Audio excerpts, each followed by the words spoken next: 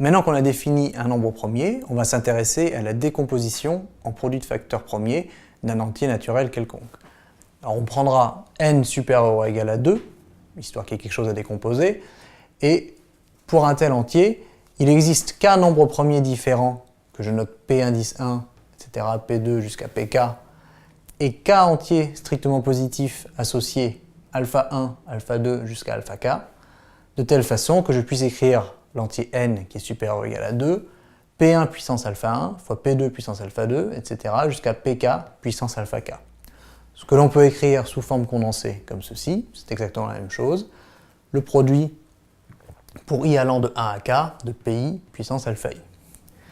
Donc c'est bien une décomposition en produit de facteurs premiers, puisque tous les facteurs P1 jusqu'à Pk sont premiers.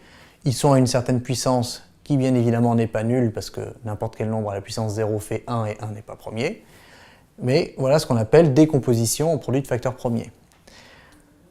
Une propriété qui vient avec ces définitions, c'est que l'ensemble des diviseurs de n, c'est l'ensemble des entiers P qui sont de la forme P1 puissance bêta 1, etc., jusqu'à Pj puissance bêta j, où les puissances bêta sont positives ou nulles et inférieures ou égales à alpha i.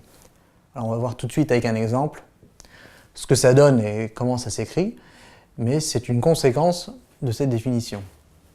Alors si je prends par exemple n égale 504, je peux le décomposer en produit de facteurs premiers, c'est-à-dire je prends des facteurs premiers 2, 3, 4 et je les mets à la puissance qui convient, telle que quand je les multiplie tous avec leur puissance, je trouve bien 504. Donc c'est 2 au cube fois 3 puissance 2 fois 7 puissance 1, c'est-à-dire 7.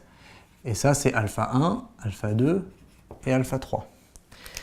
Et maintenant, l'ensemble des diviseurs de n égale 504, eh bien ça va être, alors tout d'abord, évidemment, c'est 1 et 504.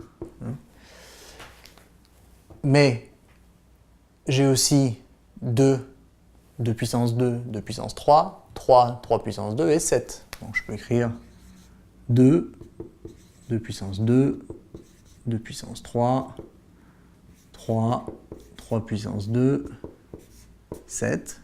Voilà. Et je mets 3 petits points, puisqu'en fait ça peut continuer. Je peux aussi avoir 2 fois 3.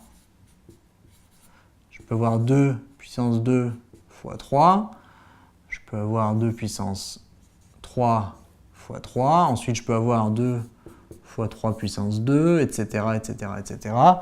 Je peux prendre n'importe quel produit que je veux, c'est-à-dire je peux prendre 2 à n'importe quelle puissance de 1 à 3 fois quelque chose ici, donc soit 7, soit 3 puissance 1, soit 3 puissance 2, soit 3 puissance 1 fois 7, etc.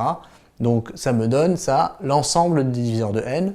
Évidemment, il y en a un très grand nombre dans ce cas-là, mais on voit bien le lien entre la décomposition en produit de facteurs premiers et l'ensemble des diviseurs de n.